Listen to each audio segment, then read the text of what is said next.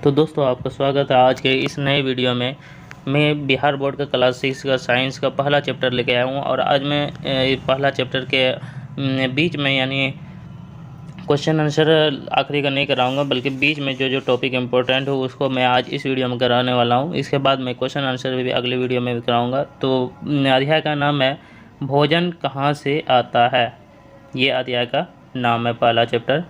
तो भोजन क्या होता है, भोजन की क्या ज़रूरत होती है, तो ये सबसे पहले जानते हैं। भोजन होता है जैसे कोई भी जीव जंतु जो चीज़ खाता है, जैसे कोई भी इंसान ये पौधा या गोश्त मछली या चावल वगैरह जो भी खाता है, तो उससे क्या होता है कि एनर्जी मिलती है, जिससे कोई भी काम कर सकता है कोई भी इंसान।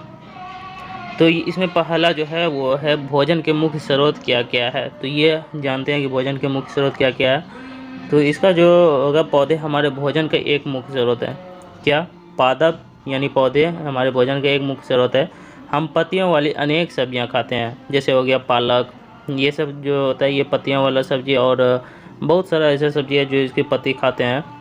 कुछ पौधों के फल, कुछ पौधों के फूल, कुछ पौधों के जड़, कुछ के तना तथा कुछ के पत्तियों का भी प्रयोग हम खाने में करते हैं।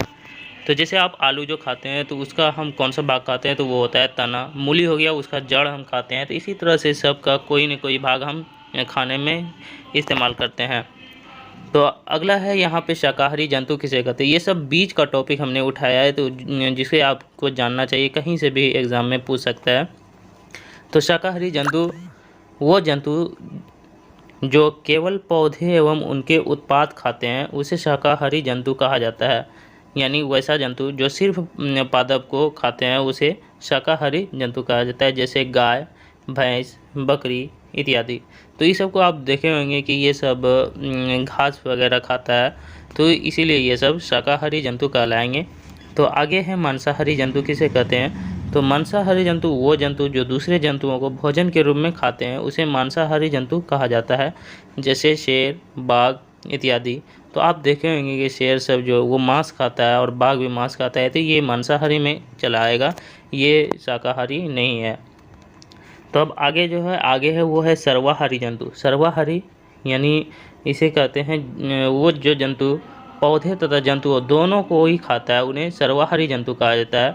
तो मांसाहारी क्या हुआ, जो मांस मछली खाता है उसे मांसाहारी, और शाकाहारी जो साग सब्जी खाता है उसे शाकाहारी, और सर्वाहारी यानी दोनों चीज़ जो खाता है उसे शाकाहारी सर्वाहारी जंतु कहते हैं। जैसे मनुष्य, जैसे हम लोग आ गए तो ये सर्वाहारी में आएंगे, और तिलचट्टा जिसे कॉकरोच कहते हैं तो ये भी सर्वाहारी जंतु में आएंगे।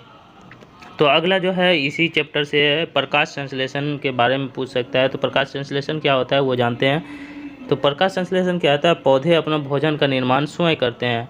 पादप जो होता है वो अपना भोजन खुद बनाता है, लेकिन जो हम लोग जैसे मनुष्य हैं वो पौधे पे डिपेंड है अपना खाना बनाने के लिए। तो पौधे की पत्तियों में हरे रंग का पदार्थ होता है जो सूर्य की रोशनी में जल की सहायता से अपने भोजन का निर्माण कर लेता है। पौधों द्वारा भोजन बनाने की इस प्रक्रिया को प्रकाश संश्लेषण कहा जाता है। तो इस प्रक्रिया को प्रकाश संश्लेषण कहते हैं। यानी पौधे को वो हरा भाग जो होता है, पत्ती होता है या तना होता है, वो क्लोरोफिल के कारण वो हरा दिखता है। तो ये भी आपको एक नंबर दिला सकता है। तो अब हम कुछ नोट भी जानते हैं, नोट में क्या लिखा हुआ है। तो नोट में देखते हैं, मनुष्य एवं जीव जंतु भिन्न भिन्न प्रकार के भोजन खाते हैं। यानी मनुष्य और जीव जंतु है जो वो एक ही प्रकार के भोजन कभी नहीं खाते हैं, बल्कि वो अलग अलग प्रकार के भोजन खाते हैं।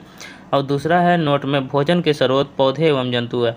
यानी जो भी हम भोजन करते हैं उसका जो स्रोत है, या तो वो पादप है यानी पौधे है, या नहीं तो जंतु है। जैसे हम अगर साग सब्जी खाते हैं या दाल वगैरह जो भी है ये, या चावल, ये सब पौधे से प्राप्त होता है।